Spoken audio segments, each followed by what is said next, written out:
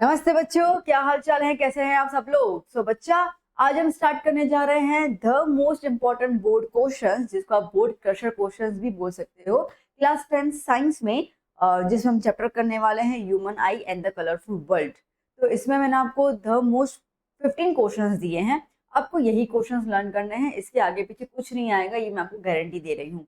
और इसमें अगर आप देखोगे ना, तो आपका ऑब्जेक्टिव भी इसमें कवर अप हो जाएगा। और यही सारे क्वेश्चन आप अपने एग्जाम में देखोगे, आप बोर्ड में देखोगे, आप पिछले साल के बोर्ड के एग्जाम में भी आप यही सारे क्वेश्चन देखोगे, आपको एकाध एकाध ऐसे ऐसा कुछ पूछा जाएगा। तो मैं आपका ज्यादा कोई टाइम नहीं वेस्ट करूंगी, ना ही आपको ऐसे डिफिकल्ट क्वेश्चन दे दूँ और ये आता है। जो चीज आती नहीं है वो फालतू में मैं आपको चीज बोलूंगी भी नहीं, ठीक है? तो इसके लिए मेरा टारगेट वही है कि मैं आपको इससे क्वेश्चन दूँ कि आप इजीली जो है वो बोर्ड क्रैक कर पाए। तो चलिए बेटा, बिना कोई टाइम वेस्ट किए चलते हैं हम लोग हमारे पहले क्वेश्चन की तरफ। ओके, सो फर्स्ट क्वेश्चन क्या कह रहा है बेटा? ना, what is cataract and how is the vision of a person having a cataract restored? ठीक है, तो कैटरेक्ट क्या होता है और उनका जो विजन है वो कैसे हम रिस्टोर कर सकते हैं। देखो, कैटरेक्ट बेसिकली जिसको हम हिंदी में बोलते हैं मोतिया, ठीक है, मोतियाबन। तो आंख में जो है वो व्हाइट कलर का क्लाउडी एक सब्सटेंस तैयार हो जाता है, मोती की तरह दिखता है, वो पर्ल की तरह दिखता है, वो इसके लिए इसको मोतियाबन कहते हैं। ठीक है, आप फिगर देख पा रहे होंगे, इस तरीके से बनता है ये। ओके, तो देखिए, द क्रिस्टलाइन लेंस अभी कहाँ पे होता है? जो लेंस होता है ना हमारा, ओल्ड पीपल में आपको ज्यादा देखने को मिलेगा। तो जो लेंस होता है ओल्ड पीपल का, वो धीरे धीरे धीरे मिल्की और क्लाउडी होता जाता है, और इसी कंडीशन को हम क्या बोलते हैं बेटा? कैटरेक्ट बोलते हैं। अब आप खुद सोचिए कि आपकी आंख के वहां पे जहाँ से विजन आता है, वहां पे अगर एक व्हाइट कलर का क्लाउड फॉर्म बनता जाए तो आपका विजन ब्लर हो जाएगा, ठीक है? तो which gives you the blur in the vision, आप देख ही नहीं सकते वो चीजें। The vision of a person having cataract can be restored. अब जो कैसे रीस्टोर कर सकते हैं हम लोग? बाय द सर्जिकल, ठीक है, सर्जरी होती है इसके अंदर, और इस आई लेंस जो है उसको निकाल दिया जाता है। The opaque lens is removed. Opaque मतलब कि जहां से लाइट पास नहीं हो सकती है। ओके,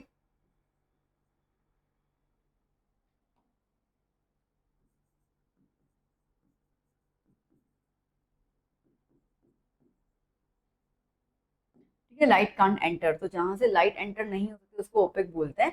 और वो रिमूव किया जाता है lens by the surgical operation, and एक नया आर्टिफिशियल लेंस जो है वो लगाया जाता है उसकी जगह पे। तो आप देख सकते हैं ये वही प्यूपिल है, ठीक है, और ये प्यूपिल से आपको पता लाइट एंटर होती है और हम सब चीजें देख पाते हैं, बट यहाँ पे उसी प्यूपिल पे जो है वो पूरा व्हाइट क्लाउडी फॉर्म जो है वो लग जाता है।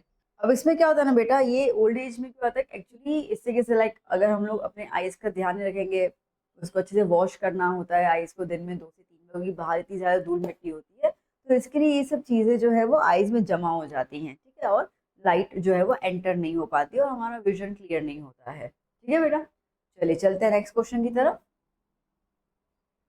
Now, what is an atmospheric reflection? Atmospheric reflection क्या होता है वो देखते हैं। सबसे पहले बात करें रिफ्लेक्शन का मतलब क्या होता है। रिफ्लेक्शन का मतलब होता है बेंडिंग ऑफ लाइट। तो जब लाइट आती है, अब नाउ वी नो कि लाइट हमेशा स्ट्रेट आती है, तो स्ट्रेट लाइट आकर, ठीक है, किसी भी एक सब्सटेंस में जाती है और वहां से वो फिर बैंड हो जाती है, तो उसके बाद ठीक है वो कुछ स्प्लिट हो जाती है, तो उसको हम बोलते हैं रिफ्रैक्शन। लाइक अभी आप ये समझो कि बेंडिंग ऑफ लाइट, ठीक है।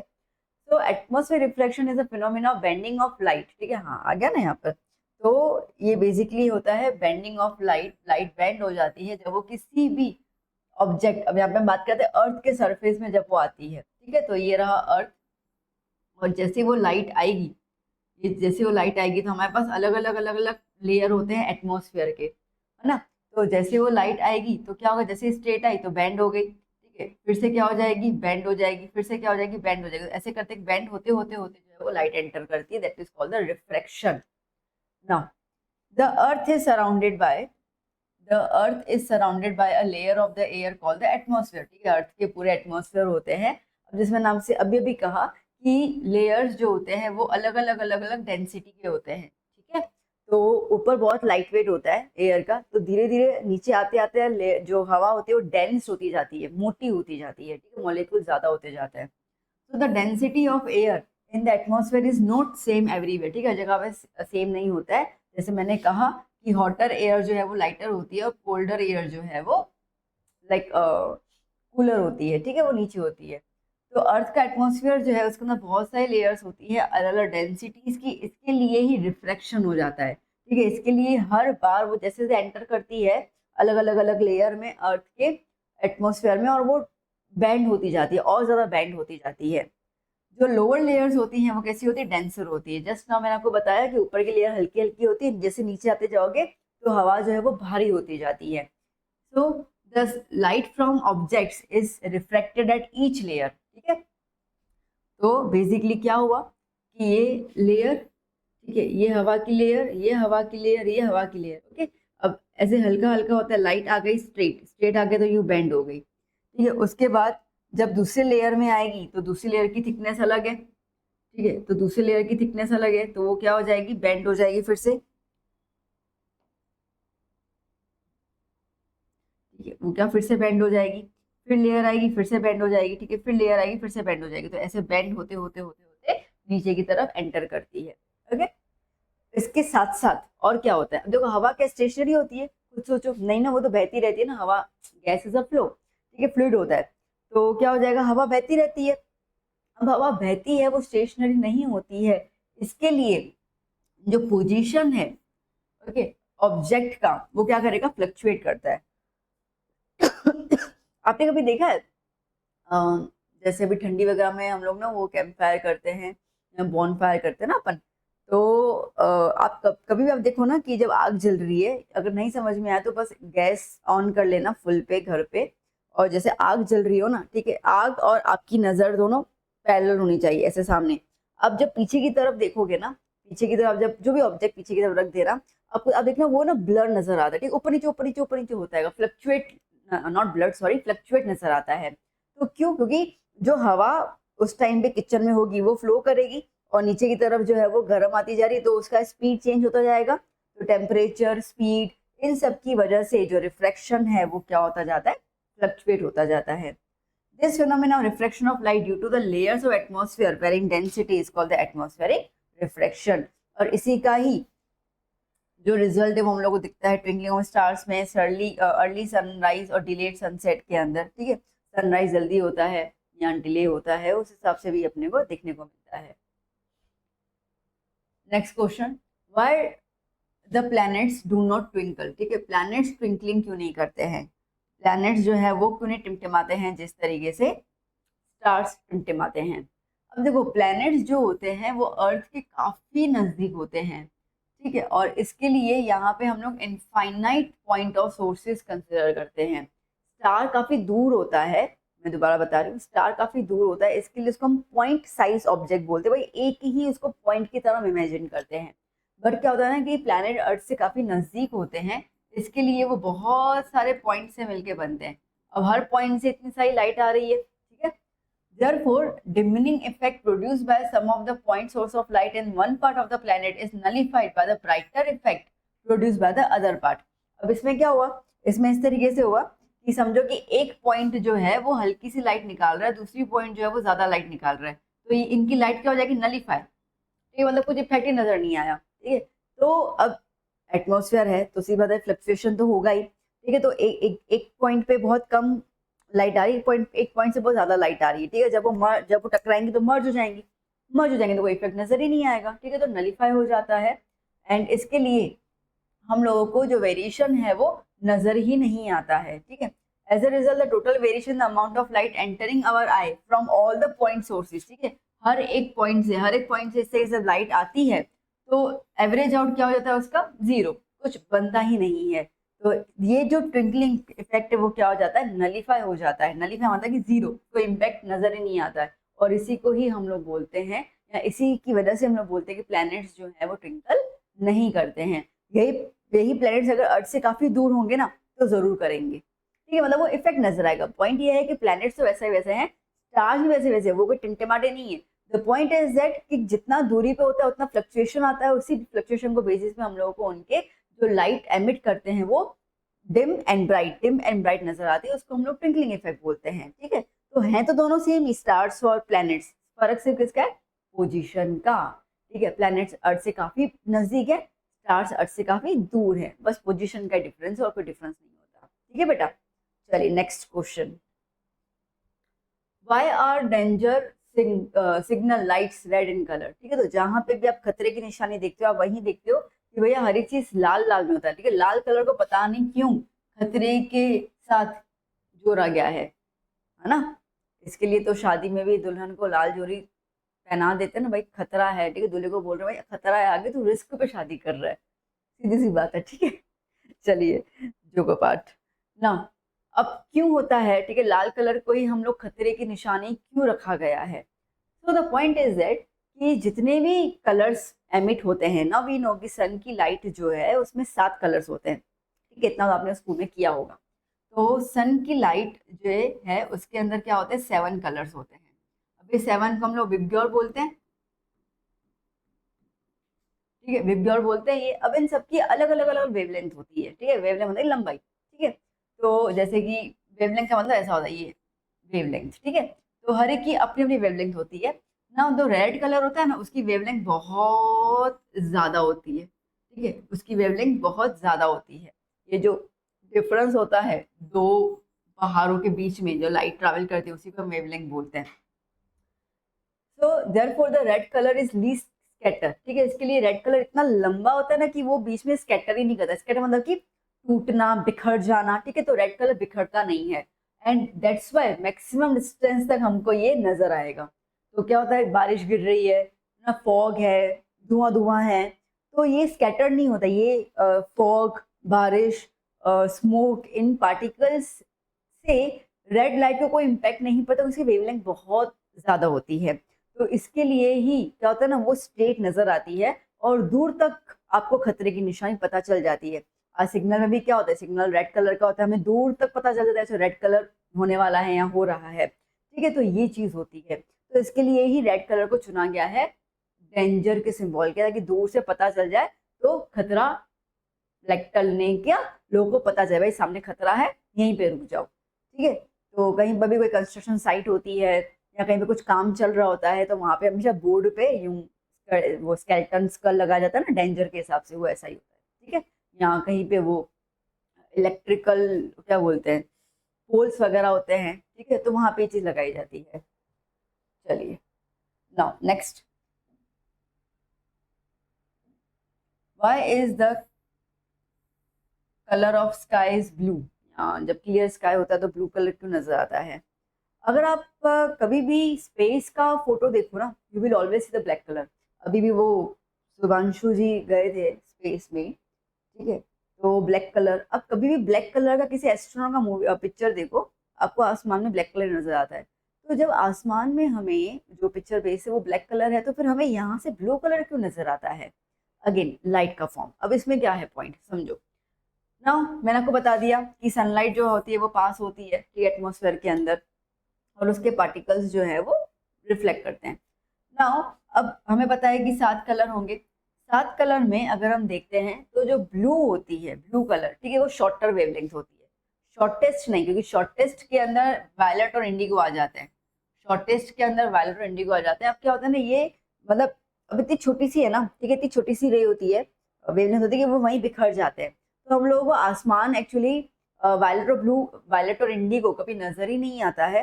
होता है बट वो कैसे होता है ना, वो अभी तक सन आया नहीं होता है, हल्की हल्की सुबह होती है, ठीक है, बट सन नहीं दिखता है अपने को, ठीक है। तो वो वाला जो फॉर्म होता है तब अपने को वायलेट और इंडिगो जैसा नजर आता है, हल्का हल्का सा, ज्यादा नहीं। पर हम उसको ब्लैक कंसिडर करते हैं, ठीक है, क्योंकि हम इतना डिफ्रेंशिएट नहीं कर पाते, क्योंकि दोनों डार्क कलर्स होते हैं तो ब्लैक के अकॉर्डिंग रिजेंबल करते हैं। और फिर उसके बाद अगर हम देखें तो आसमान ब्लू कलर का नजर आ जाता है, ठीक है। तो क्या होता है ना कि ब्लू कलर की वेवलेंथ जो है वो शॉर्टर वेवलेंथ है, ठीक है, शॉर्टर वेवलेंथ है। इसके लिए क्या होता है ना, जैसे ही हवा में आती है तो वो फैल जाती है, स्कैटर हो जाती है, ठीक है, यूं यूं यूं यूं यूं यूं पूरे आसमान में फैल जाती है। और इसके लिए हम लोगों को आसमान यहाँ से कैसा नजर आता है, ब्लू कलर का नजर आता है, ठीक है बेटा। So as the size is smaller than the wavelength of the light, therefore blue color is scattered more strongly. ठीक है, तो क्या हो गया, जो हवा के पार्टिकल्स हैं, पॉइंट को समझना, जो हवा के पार्टिकल्स है उनकी मॉलिक्यूल्स की साइज जो है वो ब्लू कलर के लाइट की साइज उसके पार्टिकल के से ज्यादा है। दोबारा बोल रही हूँ मैं, थोड़ा फ्लम्बर कर गई। मैं क्या बोल रही हूँ कि अब जैसे वो सन की लाइट अर्थ में आएगी तो अर्थ में एटमॉस्फेयर है, ठीक है, तो एटमॉस्फेयर के जो मॉलिक्यूल्स हैं उनकी साइज ज्यादा है compare to the blue colour की लाइट जो एंटर कर रही है। इसके लिए क्या होगा ना कि वो पार्टिकल्स जो मॉलिक्यूल्स है वो ब्लू कलर की लाइट को यहाँ लेके चले जाएंगे, तो स्कैटरिंग ज्यादा हो जाएगी, ठीक है। एंड दैट्स वाई हम लोगों को आसमान जो है वो ब्लू कलर का नजर आता है। ठीक है बेटा, क्लियर हुआ अच्छे से? ठीक है, सब कुछ खेल है अर्थ के एटमॉस्फेयर का। रेड कलर की जो लाइट है वो उसकी वेवलेंथ ज्यादा है, वेवलेंथ ज्यादा है इसका मतलब मॉलिक्यूल्स की साइज ज्यादा है, मॉलिक्यूल्स की साइज ज्यादा है, तो अर्थ के एटमॉस्फेयर के जो मॉलिक्यूल्स है वो उसका कुछ नहीं बिगाड़ सकते हैं, तो वो आराम से चल लेती है, दूर तक चलती है। एंड दैट्स वाई हम लोग रेड कलर दूर के लिए यूज करते हैं। बट ब्लू कलर की जो लाइट है उसके मॉलिक्यूल्स बहुत छोटे हैं, जिसकी वजह से एटमॉस्फेयर के मॉलिक्यूल उसको लेकर कहीं पे भी घुमा फिरा के लेके आते हैं, ठीक है, तो पूरा स्कैटर कर लेते हैं आसमान में। दैट्स वाई हम लोग को आसमान ब्लू कलर का नजर आता है। ठीक है बेटा, चलो next question. Write a note on the presbyopia. ठीक है, प्रेस बायोपिया पे हमें नोट बताओ। ठीक है, अब देखो presbyopia is a natural ageing process. धीरे धीरे धीरे धीरे जब एज बढ़ती जाती है तो हमारे आंखों की जो एबिलिटी है to see the objects nearer as well as the far away, ठीक है, वो थोड़ी कम हो जाती है। इसके लिए हम लोग कुछ टास्क नहीं कर पाते हैं, कुछ रीडिंग अच्छे से नहीं कर पाते हैं। ठीक है, ये जनरली जो है वो 40-45 के बाद का आ ही जाता है। इसको नॉर्मली हिंदी में से चालिया वाला बोलते हैं, मतलब 40 के बाद चश्मा आना। सबको 40 के बाद है वो कंपल्सरी नहीं, जो ध्यान रखते हैं ये करते हैं तो शायद नहीं भी आता है, ऐसा कुछ नहीं है। ठीक है, तो बट पॉइंट ऐसा है कि हो जाता है। तो चलो अब आगे देखते हैं क्या है। The ciliary muscles become weak. ठीक है, अब जो सिलेरी मसल्स होते हैं, यहाँ पे जो अपने मसल्स होते हैं, ये वीक हो जाते हैं धीरे धीरे, और इसके लिए अच्छे से काम नहीं कर पाते हैं। और यहाँ तक कि जो लेंस है हमारी आंखों का, ठीक है, उसकी भी फ्लेक्सिबिलिटी जो है वो क्या हो जाती है, खत्म हो जाती है। ओके, फ्लेक्सिबिलिटी अब धीरे धीरे हार्ड होने लगता है, इसके लिए वो फोकस नहीं कर पाता है ऑब्जेक्ट्स को बहुत अच्छे से। Even if someone has never had any vision problem, ठीक है, पूरी लाइफ में उसको ना आगे का चश्मा आया है ना पीछे का चश्मा आया है, कोई चश्मा नहीं आया है, बट फिर भी चांसेस है कि उस बंदे को प्रेस बायोपिया हो ही जाए between the age of 40 and 60। ठीक है, होता ही है। Due to this defect a person finds, ठीक है, उनको डिफिकल्ट होता है कोई भी चीज रीड करने में। दिस डिफेक्ट इज करेक्टेड, अब इसको हम करेक्ट कर सकते हैं by using the bifocal length. ठीक है, बायफोकल क्यों, मैंने बोला था दूर का भी नहीं अच्छे से देख पाएंगे और नजदीक का भी अच्छे से रीडिंग नहीं कर पाएंगे। इसके लिए कॉनकेव और कॉन्वेक्स दोनों लेंस जो है वो स्पेक्टेकल्स में लगाने पड़ते हैं। ठीक है, और वो इस तरीके से देख पाते हैं। आपके स्कूल में कुछ टीचर्स हो सकती हैं ऐसे जो थोड़ी ओल्ड एज हो, तो आप देख लेना कि वो जो चश्मा पहनते हैं ना वो यहाँ पे रखते हैं, जो नाक पे रखते हैं। ठीक है, तो वो चेकिंग भी करेंगे, फिर ऊपर की तरफ भी देखेंगे। ठीक है, तो ऊपर की तरफ, अब ऊपर जो चश्मा होता है ना, ठीक है, जो चश्मा रहेगा उसका फ्रेम इस तरीके से और इस तरीके से आपको उसके अंदर अलग से फॉर्म दिखता है। ठीक है, तो ये वाला लेंस जो है वो आगे के ऑब्जेक्ट्स को देखने के लिए होता है और ये वाला लेंस जो है वो फार अवे ऑब्जेक्ट्स के लिए देखने के लिए होता है। अब आप मुझे बताओगे कि नियरर ऑब्जेक्ट्स देखने के लिए कौन सा लेंस यूज किया जाता है, कॉनकेव या कॉन्वेक्स, और फार अवे के लिए कौन सा लेंस यूज किया जाता है, कॉनकेव या कॉन्वेक्स, ये आप मुझे बताओगे। ठीक है, चलिए next. Explain the Newton's experiment showing that the sunlight is composed of 7 colours. ठीक है, सनलाइट जो है वो 7 कलर से मिलके बनी है, ये हम लोगों को न्यूटन ने बताया था, और जो एक्सपेरिमेंट उन्होंने बताया था उसको हमें एक्सप्लेन करना है with the help of diagram. चलो, डायग्राम आपके सामने ही है। ठीक है, प्रिज्म स्पेलिंग गलत है। ठीक है, प्रिज्म 1 और प्रिज्म 2 रखा है। दोनों प्रिज्म का शेप और साइज सेम है। ठीक है, फर्क सिर्फ इतना है कि एक को सीधा रखा और एक को उल्टा रखा है। Okay, so light rays of different colours travel with same speed in the vacuum and air. ठीक है, तो क्या बोला गया है यहाँ पर, light rays of different colours. ठीक है, अलग अलग कलर्स के जो लाइट होते हैं, अब अपने को पता है 7 कलर ना विबग्योर। ठीक है, तो वो जो 7 विबग्योर है वो एक्चुअली वैक्यूम के अंदर, ठीक है, वो एक्चुअली वैक्यूम के अंदर सेम स्पीड में ट्रैवल करते हैं। ठीक है, सेम स्पीड में ट्रैवल करते हैं, सबकी स्पीड जो है वो सेम होती है, क्योंकि वहां पे उनको डिस्ट्रैक्ट करने के लिए कोई भी पार्टिकल नहीं है, वैक्यूम है, कोई हवा है नहीं, तो उनको कोई डिस्ट्रैक्ट करता ही नहीं है।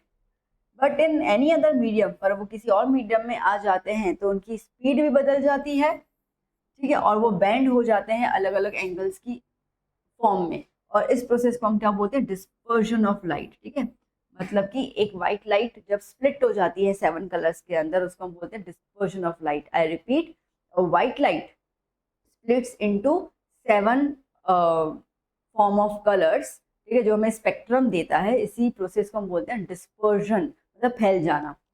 अब न्यूटन ने ये देखा, ठीक है, न्यूटन ने फिर ये देखा कि जब हम इन्हीं 7 रंगों को मिला देते हैं, ठीक है, तो हम लोगों को व्हाइट लाइट मिलती है। मतलब व्हाइट से 7 कलर्स आए, 7 कलर से व्हाइट लाइट आ जाती है।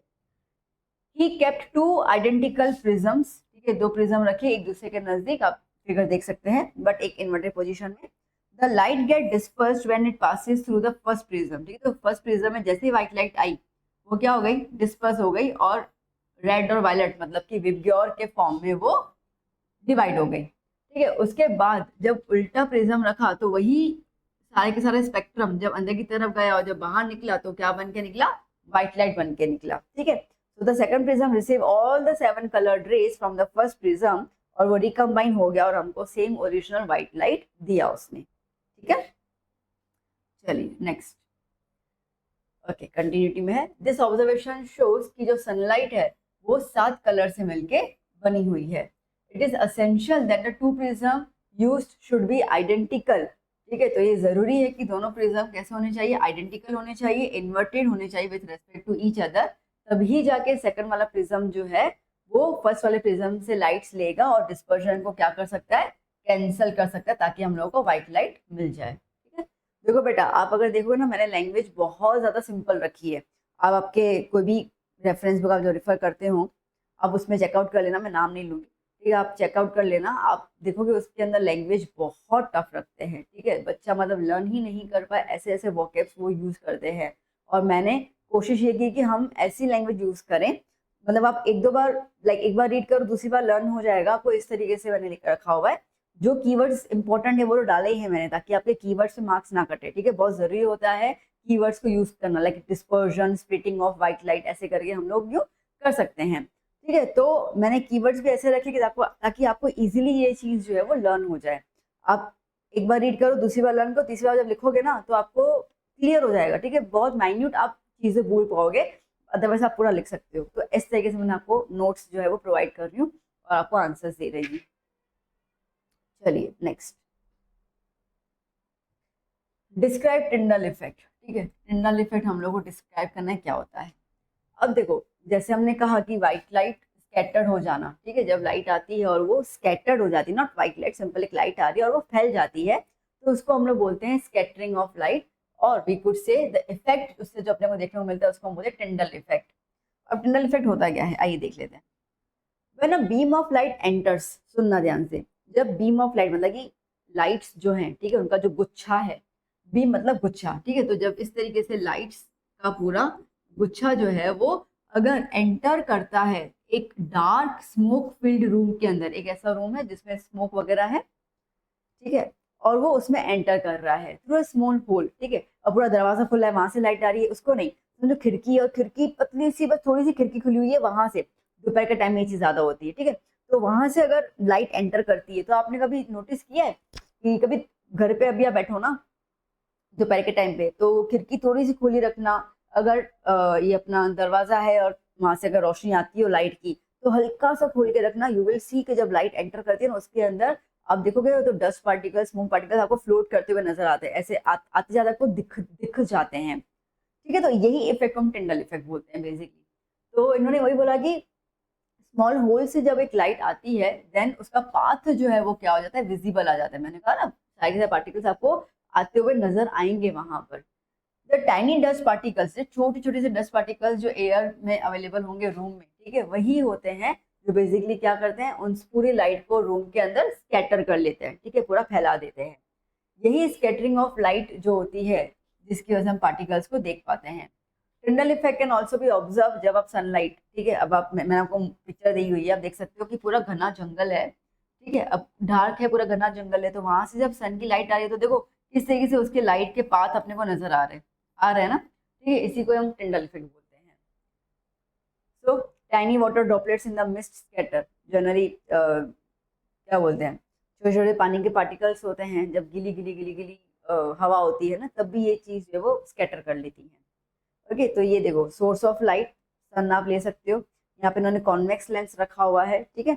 अब सारे के सारे जो रेज है बीम ऑफ पार्टिकल्स, ठीक है, आप देख सकते हो कि यहाँ पे किस तरीके से सारे के सारे रेज जो है वो बनाए हुए हैं और छोटे से होल, ठीक है, छोटे से होल से वो पास हो रहे हैं। क्यों? क्योंकि हम लोगों को पाथ देखना है ना, तो एक दो ही रेज से दिखेगा। इतनी ज्यादा रेज आएंगी तो फिर क्या सब मर्ज हो जाएंगे, तो हम देख नहीं पाएंगे। तो समझो कि इतनी सारी लाइट्स आ रही है, उसमें से एक दो जो है वो उस कार्डबोर्ड के होल के थ्रू कॉन्वेक्स लेंस की तरफ जा रही है, और कॉन्वेक्स का मतलब होता है कि उन सबको आगे मीट करवाना, ठीक है। तो देखो स्क्रीन है और स्क्रीन पे वो सब जो है वो मीट कर रही है। तो इस तरीके से जो है वो हम लोग एक अरेंजमेंट देख सकते हैं कि कैसे लाइट जो है वो ट्रैवल करती है, ठीक है। चलिए next, draw a neat diagram of the human आई का डायग्राम ड्रॉ करना है हम लोग को और उसके वर्किंग बताना है ना। ह्यूमन आई जो है वो अप्रोक्सीमेटली हम देखें तो स्फेरिकल इन शेप होता है और उसका डायमीटर जो होता है, ठीक है, वो तकरीबन 2.3 सेंटीमीटर होता है, ठीक है, क्लियर। ना बात करते हैं कॉर्निया की। अब कॉर्निया मैं आपको फिगर दिया हुआ है, सबसे बाहर की तरफ जो पोर्शन होता है उसे कॉर्निया बोलते हैं, जो बल्ज पार्ट होता है, ठीक है। हमारी आंख आप देखो ना, तो हमारी आंखें जो बाहर की तरफ थोड़ी प्रोट्रूड होती है, मतलब यूं ऐसे निकली होती है, यूं राउंड शेप में, ठीक है, तो वो कॉर्निया की वजह से होती है। तो कॉर्निया जो है it is a front portion जो बल्जिंग होता है बाहर की तरफ, और इसको कॉर्निया बोलते हैं। ये ट्रांसपेरेंट और थिन स्फेरिकल मेम्ब्रेन होता है, ठीक है, बहुत पतला होता है ये। लाइट जो है वो एंटर करती है थ्रू दिस मेम्ब्रेन, इसी से एंटर करेगी। ज्यादातर रिफ्लेक्शन ऑफ लाइट जो है entering the eye occurs at the outer surface of the cornea and the cornea reflects the ray of light falling on the eye, ठीक है। तो इस तरीके से कॉर्निया ही है जो लाइट को रिफ्लेक्ट करती है। रिफ्लेक्ट मतलब कि अंदर आ रहा है, वो बेंड हो रहा है, ठीक है। तो बेंडिंग मतलब रिफ्लेक्शन कॉर्निया के थ्रू होता है। फिर क्या आता है, अब लाइट एंटर हो गई हमारी आंख में, अब आएगा इरिस, ठीक है। तो आप देखो यहाँ पर ये वाला पोर्शन, ठीक है, इरिस। अब it is like beyond the cornea, cornea के पीछे की तरफ होता है डार्क कलर्ड मस्कुलर डायफ्राम होता है, जिसको हम लोग इरिस बोलते हैं, ठीक है। अब ये जो इरिस होता है वो हमारे प्यूपिल की साइज कंट्रोल करता है। मैं सिंपल शब्दों में बता दूं तो हमारी आंखें ब्लैक कलर, ठीक है, क्या बोलते हैं, ब्लू कलर, ग्रीन कलर आंखें दिखती है ना, तो वो जो कलर्ड पार्ट होता है ना आंख का, उसको इरिस बोलते हैं हम लोग। इतना क्लियर हो गया, ठीक है। अब यही जो है वो प्यूपिल की साइज को कंट्रोल करता है। तो इसमें 1 मार्क क्वेश्चन कैसे आ सकता है, okay, name the organ which controls the size of the प्यूपिल, तो इरिस, ओके। और यह कलर्ड पार्ट होता है जहाँ जिसको हम लोग बोलते हैं कि भाई आंख का कलर, ठीक है, अरे इसकी तो ब्लू कलर की आंखें हैं, तो वो जो कलर है वो इरिस से पता चलती है। डन बेटा, क्लियर। चलो, तो फंक्शन क्लियर हुआ, ये लाइट को एंटर करवाता है और ये प्यूपिल की साइज को कंट्रोल करता है। नाउ प्यूपिल क्या होता है, एक पतला सा होल, ठीक है, आंख के अंदर। हमने फर्स्ट वाला पिक्चर देखा था ना, ये वाला, देखो ये वाला पिक्चर देखा था ना, तो ये कैसा है, ये ब्लैक कलर का नजर आ रहा है, इसको ही प्यूपिल बोलते हैं हम लोग, ठीक है।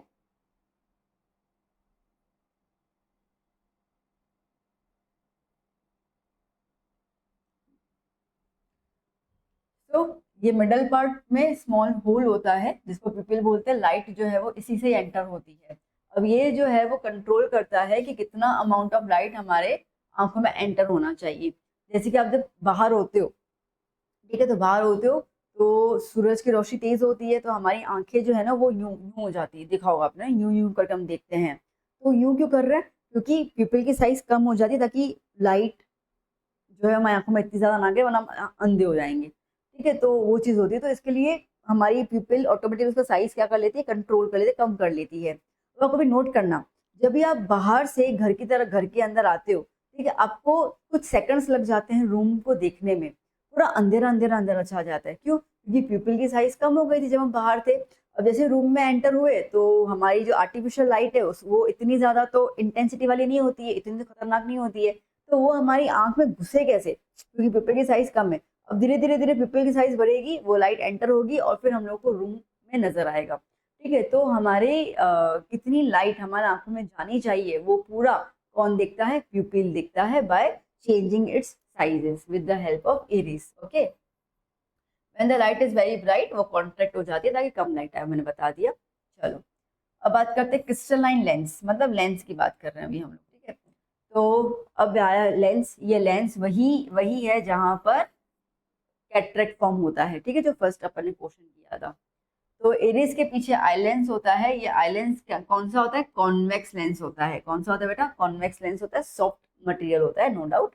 The focal length and hence converging power of the eye lens is adjustable, ठीक है। फोकल लेंस का मतलब कि देखो, नजदीक की चीज भी देख पाते हैं, दूर की चीज भी। अब समझो आपके सामने मोबाइल है, आप जो मेरा वीडियो देख रहे हो तो नजदीक है, ठीक है, आंखें उठा के आगे देखो तो आपको वो वाली चीज भी आराम से दिख जाती है। दैट मीन्स कि जो फ्लेक्सिबिलिटी है आंख की, ठीक है, कि हर एक चीज को क्लियर देखना, नजदीक वाला भी, दूर वाला भी, मिड वाला भी, तो ये फोकल लेंथ एडजस्ट जो होता है वो ये लेंस की वजह से ही होता है। बट ये हेल्प कौन करता है इसको करने में, सिलेरी मसल्स करते हैं, जो आगे नेक्स्ट टॉपिक है हमारा, ठीक है। तो सिलेरी मसल्स करते हैं। It focuses on the inverted real image, और बेसिकली ये लेंस होता है जो इमेज रेटिना पे बनाने में हेल्प करता है हम लोग को, ठीक है। चलिए नाउ नेक्स्ट, सिलेरी मसल्स। अब देखो एक क्वेश्चन ना ऐसा पूछा गया था बोर्ड में, तो मैंने आपको एक्स्ट्रा क्वेश्चन भी दे दिया। Describe and explain the action of eye changes seen while changing the focus from a distance, ठीक है। तो आई कैसे चेंज करता है अगर फोकस चेंज, भाई ये मैं नजदीक की चीज देख रही हूँ, वो मैं दूर की चीज देख रही हूँ, तो फटाफट से फोकल लेंथ और फोकस पॉइंट चेंज हो गया ना। तो वो कौन करता है उसके मैं बताऊँ, तो इन्होंने एग्जैक्टली नहीं पूछा कि writer short on ciliary muscles ऐसे लिखा हुआ है, तो मैं आपको वो क्वेश्चन दिया ताकि आपको पता चले। चलिए, तो हमें अभी भी देखा कि आइलैंड्स को होल्ड कौन करता है, पकड़ के कौन रखता है, सिलेरी मसल्स पकड़ के रखते हैं, ठीक है। और वही आइलैंड से कर्वेचर को क्या करते हैं, चेंज करते हैं। तो जैसे पतंग कैसे होती है, जब हमें पतंग दूर तक भेजनी होती है तो क्या करते हैं, ढील देते हैं ना अपन, जा भाई जा भाई जा। और जब काटनी होती है या खींचनी होती है तो हम लोग लेके आते हैं। सेम स्लीव मसल, जब हमको दूर देखना होता है ना, बहुत दूर, तब ये स्लीव मसल्स लूज हो जाते हैं, ठीक है, बिल्कुल लूज हो जाते हैं, ताकि हमारा जो लेंस है वो फोकस कर पाए दूर की चीजों को। और जब नजदीक की चीज ऐसा कुछ मुझको पढ़ना हो या कुछ करना, तो ये स्लीव मसल्स क्या करेंगे, आई लेंस को, उसकी जो नसें होती हैं, ठीक है, उसको खींचेंगे अपनी तरफ, कॉन्ट्रैक्ट करेंगे, ताकि हम लोग नजदीक की चीजों को फोकस कर पाए। Okay, so the slave muscle are tensed and the eye lens become thick, ठीक है, आई लेंस यहाँ पे क्या होगा, थिक हो जाएगा, और वहां पे क्या हो जाएगा, थिन हो जाएगा, और फोकल लेंथ डिक्रीज हो जाएगा, जिसकी वजह से हमारे कॉन्वर्जिंग पावर, मतलब कि नजदीक के देखने की शक्ति आंखों की जो है वो बढ़ जाती है, ठीक है, डन। चलिए नेक्स्ट क्वेश्चन, ओके कंटिन्यूटी में, सॉरी। 6 पॉइंट जो है वो रेटिना, ठीक है। रेटिना क्या करता है ना, अब आइलेंस के बिल्कुल यहाँ पर जो है वो रेटिना आया, है ना।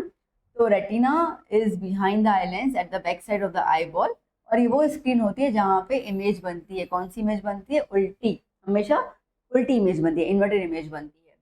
The retina is a delicate membrane, ठीक है, बहुत पतला सा मेम्ब्रेन होता है ये, and it has enormous number of light sensitive sales, ठीक है, बहुत सारे इसमें लाइट सेंसिटिव सेल्स होते हैं, इसको हम रॉड्स और कोन्स बोलते हैं।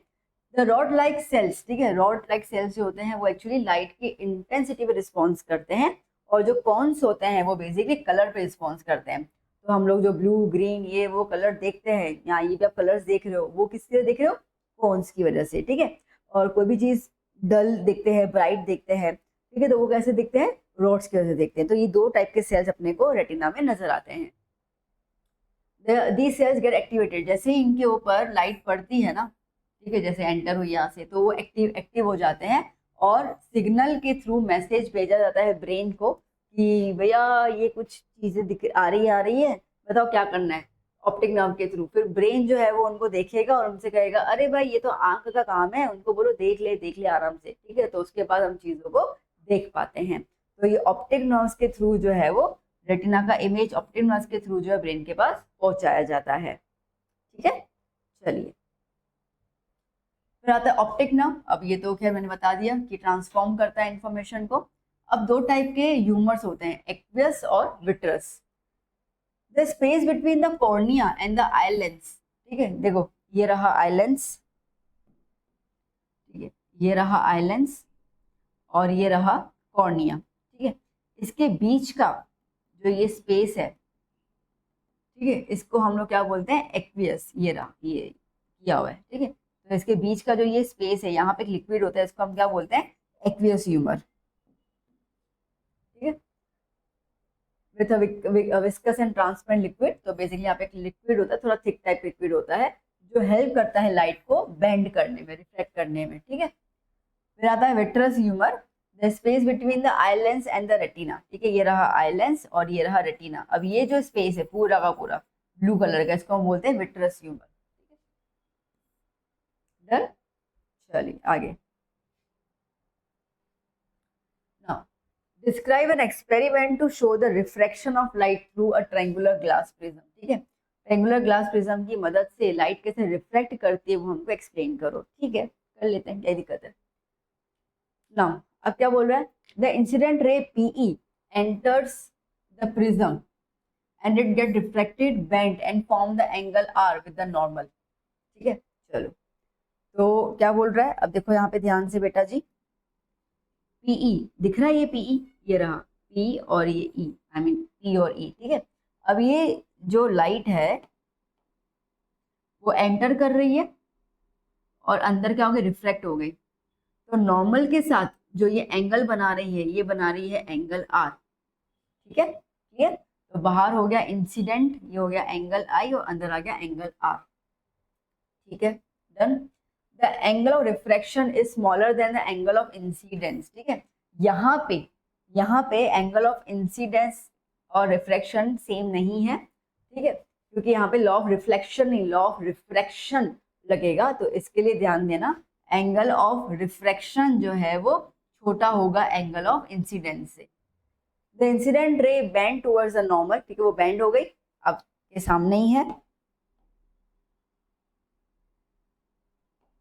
क्या हो गया, जैसे ही लाइट जा रही है तो बेंड हो गई, नहीं है, ठीक है, यूं गई बेंड हो गई। एक्चुअली इसको कैसे जाना था, स्ट्रेट जाना था, बट वो बेंड हो गई, ठीक है। तो it bend towards the normal और वो रेयर से डेंसर मीडियम में जा रही है। बाहर की तरफ हवा है तो कौन सा मीडियम है, रेयर। अंदर की तरफ ये प्रिज्म है तो कौन सा मीडियम है, डेंसर, भारी मीडियम है, तो वो बेंड हो गई। When this refracted ray passes from denser medium, उसके बाद अब देखो, जब ये डेंसर मीडियम से फिर से बाहर की तरफ आ रही है, मतलब रेयर मीडियम की तरफ, ठीक है। सो दिस एमर्जेंट रे, जब वो बाहर निकलेगी तो उसको, तब हम इस रे को बोलेंगे एमर्जेंट रे, ठीक है। जब वो बाहर निकलेगी तो इसको हम क्या बोलेंगे बेटा, एमर्जेंट रे बोलेंगे। This angle is called the, अब उस दौरान, ठीक है, अब समझना पॉइंट को। अभी बाहर की तरफ निकली, अभी इंसिडेंट रे को अगर हम ऐसे बोलते बैंड ना हो, ऊपर की तरफ जाए, और ये रिफ्लेक्टेड रे जो है वो भी दोनों अंदर मीट करे, तो वो एक एंगल पे मीट करेंगी और इसी को हम लोग बोलते हैं एंगल ऑफ डेविएशन। क्या बोलेंगे बेटा, एंगल ऑफ डेविएशन, ठीक है। ये angle of deviation actually depend करता है किसके ऊपर, एंगल ऑफ प्रिज्म के ऊपर, ठीक है। ये जो ए है ना, इसको हम बोलते हैं angle of prism, okay, done. चलिए next question, what is myopia, what causes myopia, defect को कैसे करेक्ट करना है और डायग्राम बताना है, ठीक है। ये आपको 3 मार्क के आसपास आता है ना। मायोपिया की शॉर्ट साइटेडनेस, मतलब ये है कि नजदीक का देख पा रहे बट दूर का नहीं देख पा रहे हैं हम लोग, ओके। तो and I can see the shorter distance, okay. The inability of the I in viewing, तो जो लॉन्गर डिस्टेंस है वो हम नहीं देख पाते हैं, ठीक है। क्यों, क्योंकि आप फिगर देख पा रहे हो कि एक्चुअली देखो ये है हमारा रेटिना, ठीक है, ये है पोर्शन रेटिना। अब मायोपिया में क्या होता है ना, मायोपिया के अंदर प्रॉब्लम क्या आ जाती है कि ये जो इमेज है, ठीक है, ये जो इमेज है वो रेटिना से आगे की तरफ बन जाता है। यहाँ पे इमेज बना, जबकि बनना कहाँ पे था, रेटिना पे बनना था, तो यहाँ बन जाता है। इसके लिए जो हमारा इमेज वो बिल्कुल ब्लर्ड हो जाता है, ठीक है। तो इसमें रीजन क्या है, क्यों ऐसा होता है, वो इसके लिए होता है कि आईबॉल की लेंथ जो है वो बढ़ जाती है, ठीक है। ये रहा आईबॉल, इसकी लेंथ जो है वो क्या हो जाती है, सॉरी, ये रहा आईबॉल, इसकी लेंथ जो है वो क्या हो जाती है, इंक्रीज हो जाती है, एलोंगेटेड हो जाती है। जो कर्वेचर है वो भी क्या हो जाता है, एक्सिस, मतलब बाहर की तरफ ज्यादा कर्व्ड हो जाता है, जिसकी वजह से फोकल लेंथ क्या हो जाता है, डिक्रीज हो जाता है, ठीक है। करेक्ट कैसे करोगे इसको, आप इसको करेक्ट करोगे कॉन्वेक्स लेंस की मदद से, जिसको हम डाइवर्जिंग लेंस बोलते हैं, ठीक है, सॉरी कॉन्केव लेंस की मदद से करोगे। जैसे हम लोगों ने कॉन्केव लेंस लगा दिया, ठीक है, तो क्या हो जाएगा, ये जो लाइट्स आएंगी वो ऑटोमेटिकली क्या होगा, रेटिना पे मीट करेंगी, ठीक है। हाँ, नो डाउट, ये जो लेंस होते हैं उनके पावर अलग अलग होते हैं। अब बोलते हो ना कि कितना नंबर है भाई, 2 नंबर है, 3 नंबर है, 2.5 नंबर है, आधा नंबर है, तो ये जो नंबर हम बोलते हैं, ठीक है, ये पावर होता है लेंस का, तो वो बेसिकली जो स्पेक्टिकल वो बना लेता है उस हिसाब से, ठीक है। ये तो हम हमारा जो सिलेरी मसल्स और ये जो डिफेक्ट है वो कितना लूज है उस पर वो डिपेंड करता है ना। व्हाट इज हाइपरमेट्रोपिया, कॉजेज और उसका करेक्शन बताना है, ठीक है। अब जब आपको दूर की चीजें नजर आती है, ठीक है, बट नजदीक की चीजें नजर नहीं आती, okay, can not see the near by objects, ठीक है, उसको हम बोलते हैं। तो अभी आप फिगर देखो बेटा, तो देखो नियर बाय, अब नॉर्मल पॉइंट क्या होता है हमारा कि भैया रेटिना में बनता है, ठीक है। बट जब भी हम लोग हाइपरमेट्रोपिया से सफर करते हैं तो हमारा जो इमेज है वो रेटिना के बाहर बनता है, बाहर बनता है, ठीक है। तो इसके लिए नजदीक की चीजें हम लोग देख नहीं पाते क्योंकि रेटिना के बाहर बन रहा है। तो यहाँ पे हम लोग अगेन एक लेंस लगा देते हैं। कौन सा लेंस लगाएंगे हम लोग यहाँ पे? It can be corrected using the convex lens. ये कॉन्वेक्स लेंस लगा के हम लोग उसके इमेज को रेटिना पे सेट कर लेते हैं। प्रॉब्लम क्या आती है इसके अंदर? फोकल लेंथ जो है वो बहुत लंबी हो जाती है, दूर तक आ गई, उसमें फोकल लेंथ छोटी हो जाती है, इसमें लंबी हो जाती है, ठीक है। और आई बॉल क्या हो जाता है? छोटा हो जाता है, इसके लिए आई बॉल छोटा हो जाता है, ठीक है। चलिए, डिफरेंस बिटवीन दो पॉइंट से, पर मैंने 4 पॉइंट देके रखे हुए हैं। मायोपिया शॉर्ट साइटेडनेस, मतलब नजदीक का दिख जाना, और हाइपरमेट्रोपिया लॉन्ग साइटेडनेस, मतलब दूर का दिख जाना, ठीक है। इमेज रेटिना के पहले बनती है और यहाँ पे इमेज रेटिना के बाद बनती है, okay. Size of the प्यूपिल, sorry, eyeball increase होता है, यहाँ पे क्या होता है? डिक्रीज होता है।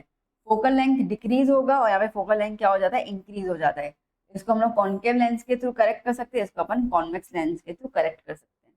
सारे सारे पॉइंट्स वही है जो समझाए, ठीक है, तो कोई बड़ी बात नहीं है इसके अंदर। Next, right a short note on twinkling of stars, ठीक है। स्टार्स की ट्विंकलिंग को अपन क्या बोलते हैं और लाइक कैसा होता है?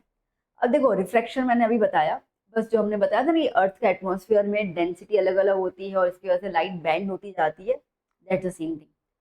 हमने बोला प्लैनेट्स में क्यों नहीं होता है, ठीक है, और इसमें बोलेंगे क्यों होता है, तो कॉन्सेप्ट तो वही है सारा। तो जो ट्विंकलिंग ऑफ स्टार्स है वो होती है because of the atmospheric reflection. Starlight जो है वो अर्थ के सरफेस में एटमॉस्फेयर में एंटर करती है और रिफ्लेक्ट होना शुरू हो जाती है because of different density layers of atmosphere. As the optical density of the air increases, ठीक है, ऑप्टिकल डेंसिटी मतलब कि ऊपर से नीचे की तरफ आओ तो गैस या हवा भारी होती जाती है, ठीक है, भारी होती जाती है। इसके लिए जो लाइट है वो ट्रैवल करती है from rare to denser medium. कैसे ट्रैवल करेगी? Rare to denser medium travel करेगी। और प्रोड्यूसिंग द फाइनल रिफ्लेक्टेड, ठीक है, जब वो रिफ्लेक्शन देख पाते हैं हम लोग, तो देखो एक्चुअली स्टार यहाँ पर है, ठीक है, एक्चुअली स्टार जो है वो यहाँ पर है। और अगर हम देखें, ये हम लोग लाइट, ये हवा के एटमॉस्फेयर की अलग अलग लेयर्स हैं, ठीक है। तो आप देख पा रहे होंगे ना, on producing the final reflected ray, ठीक है, जैसे ही वो आती है तो क्या हो जाएगा? देखो, अब हर बार जो है वो लाइट जो है वो क्या होती जा रही है? बैंड होती जा रही है, ठीक है, हर बार लाइट बैंड होती जाएगी। अगर हम इसको ऐसा देखें कि बैंड ना हो और सीधी की सीधी नजर आए तो हमको यहाँ पे नजर आती है। तो बेसिकली क्या होता है ना कि हम लोग देखते सीधा है, इसके लिए जो पोजीशन होता है स्टार का वो चेंज हो जाता है, वो हमें यहाँ दिखता है, ठीक है। तो जो पोजीशन हम देखते हैं वो एक्चुअली दूर होता है compare to the real star, वो एक्चुअली नजदीक होता है, ठीक है। तो ये उसका एक्चुअल पोजीशन है। कई बार ना आपको क्वेश्चन में आएगा कि why the apparent position of the star is higher than the actual position, तो उसमें भी सेम आंसर लिखना है, डिट्टो यही आंसर आएगा इसके अंदर, ठीक है, ओके। तो ये अपेरेंट पोजीशन आया और वो हायर, ठीक है, तो वो ज्यादा हायर होता है। The star appear somewhat higher, मैंने बोला, ठीक है, जो स्टार है वो थोड़ा सा हमें हायर नजर आएगा कंपेयर टू द इसका actual position. Further this apparent position of the star is not stationary, अब वो भी स्टेशनरी नहीं होता है, ठीक है, वो धीरे धीरे स्लाइटली स्लाइटली चेंज होता है, क्योंकि अर्थ रोटेट करता है, टेम्परेचर मैटर करता है, और हवा की डेंसिटी मैटर करती है, बहुत सारी चीजें मैटर करती है इसके अंदर। अब ना ये देखने की बहुत स्लो होता है, अगर हम आज देखें तो पता नहीं चल, अगर आप रोज कंटिन्यूसली एक स्टार पे ध्यान टिका के रखो कि ये वाला स्टार है, ठीक है, और आप रोजाना अगर उस स्टार को रात को जब देखो ना, आप 30 डेज तक करो, तब जाके आपको समझ में आएगा अच्छा ये स्टार यहाँ से यहाँ पे आया, तब आपको नजर आएगा, ठीक है, ऐसे तो कुछ पता नहीं चलता है। Since the stars are very distant, तो इसके लिए वो पॉइंट साइज ऑब्जेक्ट नजर आता है दूर की तरफ, ठीक है, and due to this continuous change in direction, जो लाइट होती है, ठीक है, वो बिल्कुल फ्लक्चुएट करती है, दैट्स व्हाई उनका पोजीशन हमें अलग नजर आता है compare to the actual position. तो फ्लिकरिंग की वजह से चेंज हो जाता है, and that's why this form of flickering is known as twinkling of star. ठीक है, अब अगर अपरेंट पोजीशन वाला आता है ना तो वहां तक क्लियर हो जाएगा, यहाँ अपरेंट पोजीशन आता है तो यहाँ तक क्लियर हो जाएगा, बट ट्विंकलिंग ऑफ स्टार्स है तो उसको आप यहाँ पर एड ऑन कर लेना, ये वाला। हालांकि क्वेश्चन हमारा इस तरीके से है, ठीक है, बट अगर आपके पास सिर्फ इतना आता है that why apparent position of star is higher than actual position, तो आगे से लेकर यहां तक आपका ये आंसर बन जाएगा इस क्वेश्चन का। ठीक है बेटा, चलिए last question. With the NEET diagram explain the rainbow formation. Now the formation of a rainbow in the sky is combined with the actual. अब फॉर्मेशन ऑफ रेनबो जब होता है तो उसमें कौन कौन टेक्निक यूज होती है? रिफ्लेक्शन यूज होता है, डिस्पर्जन यूज होता है और इंटरनल रिफ्लेक्शन यूज होता है। ध्यान देना, एमसीक्यू में क्वेश्चन आता है, ठीक है, क्वेश्चन आता है which phenomenons are used in the formation of rainbow, तो तीन आते हैं, रिफ्लेक्शन, रिफ्लेक्शन और डिस्पर्जन। ठीक है, एंड अगेन रिफ्लेक्शन होता है ये, बट हम लोग इसको तीन फॉर्म में बोलते हैं। चलो अब उसमें होता क्या है, तो वो सनलाइट जो है वो 7 कलर का मिक्सचर है, वो तो हम पहले ही देख चुके हैं, विबग्योर का फॉर्म आ गया। आफ्टर इट स्टॉप रेनिंग, ठीक है, जब बारिश बंद हो जाती है तो एटमॉस्फेयर के अंदर पानी के छोटे छोटे ड्रॉपलेट्स जो है वो अभी भी पड़े रहते हैं। ठीक है, अब ये जो ड्रॉपलेट्स होते हैं पानी के, वो प्रिज्म की तरह एक्ट करते हैं, जो हमने न्यूटन वाला एग्जाम्पल देखा था ना वैसा। ठीक है, तो प्रिज्म की तरह एक्ट करते हैं। So when the sunlight is incident on the water droplet, तो वहाँ पे रिफ्लेक्शन और डिस्पर्जन होगा। फिगर देखो, ठीक है, देखो अच्छे से देखना, ये सनलाइट आई, जैसे ही पानी के ड्रॉपलेट में आई क्या हो गई, बैंड हो गई ना, मतलब रिफ्लेक्शन हुआ। रिफ्लेक्शन होने के बाद क्या हो रहा है, वो लाइट स्प्लिट हो जा रही है 7 कलर में, तो क्या हो गया, डिस्पर्जन हुआ, टकरा के फिर से वापस आ रही है, इसको क्या बोलेंगे, रिफ्लेक्शन हो गया। और रिफ्लेक्शन के बाद फिर से बाहर की तरफ एंटर करे, क्या बोल रहे हैं, रिफ्लेक्शन। पॉइंट क्लियर हुई? ठीक है, रिफ्लेक्शन, डिस्पर्जन, रिफ्लेक्शन, रिफ्रैक्शन, इस तरीके से। The refractive index of water is different to different colours. ठीक है, बीइंग मैक्सिमम फॉर वायलेट, अब यहाँ पे वायलेट कलर जो है वो मैक्सिमम होता है, एंड मिनिमम आपको कौन सा नजर आएगा, रेड कलर नजर आता है, एंड डिस्पर्जन जो है वो चलता रहता है। The combined action of different water droplets acting like any tiny prism, मैंने बताया ना, वाटर ड्रॉपलेट्स जो है वो प्रिज्म की तरह एक्ट करते हैं, and they produce a rainbow with red colour outer की तरफ। ठीक है, बाहर की तरफ देखो, बाहर की तरफ रेड कलर होता है, अंदर की तरफ वायलेट कलर होता है। ठीक है, violet to red, violet to red, ऐसे चलता रहता है। The remaining 5 colours lie between these two. The rainbow is seen when the sun is behind the observer. ठीक है, दैट मींस कि मैं हूँ और मेरे पीछे सन है ना, तो मुझे रेनबो नजर आएगा। ठीक है, तो सन हमेशा ऑपोजिट में होता है, तो आप रेनबो को देख पाते हो। डन बेटा, clear? So this is all about the today's session. I hope you enjoyed the session. आपको आंसर्स, जैसे मैंने कहा, आपको इजी लगे होंगे। और देखो बेटा, गुजरात बोर्ड में लेंथ मैटर करता है, साइंस हो कि एसएस हो, लेंथ मैटर करेगा। ठीक है, तो आपको कभी लगे कि मैम ने बहुत लंबे लंबे आंसर्स दिए हैं, तो ज़रूरी भी है वो चीज़, क्योंकि टीचर्स का वही फॉर्म होता है कि अच्छा लंबा लिखा है। देखो जो एग्जामिनर है वो एक मेंटलिटी लेके चलता है, तो अगर आप अच्छे से लंबा थोड़ा आंसर लिखते हो तो आपको उसमें क्या ना, आपको कोई भूल चूक भी होती है ना, माफ हो जाएगी। ठीक है, तो ठीक है, अच्छा इतना लंबा लिखा है तो आधी एक मार्क कटनी भी होगी तो नहीं काटेंगे। ठीक है, बच्चे ने अच्छा खासा लिख दिया है, तो always keep the habit of writing long answers, because now you are not also a small child। ठीक है, आप ये अभी 10th में आ गए हो, तो आपको प्रैक्टिस करनी पड़ेगी आंसर्स को लंबा लंबा लंबा लिखने के लिए, उतना चीज आपको करना होगा। ओके बेटा जी, तो that is all about today session. कैसा लगा सेशन जरूर बताइएगा। Do share this video with your friends, और अगर आप चैनल पे नहीं है तो जरूर जरूर जरूर सब्सक्राइब कीजिए। एंड कुछ आपको सजेशन हो, डिमांड हो या whatever, please do comment me. मिलते हैं हम लोग नेक्स्ट वीडियो लेक्चर में। Till then keep study, keep hard working, bye bye, take care.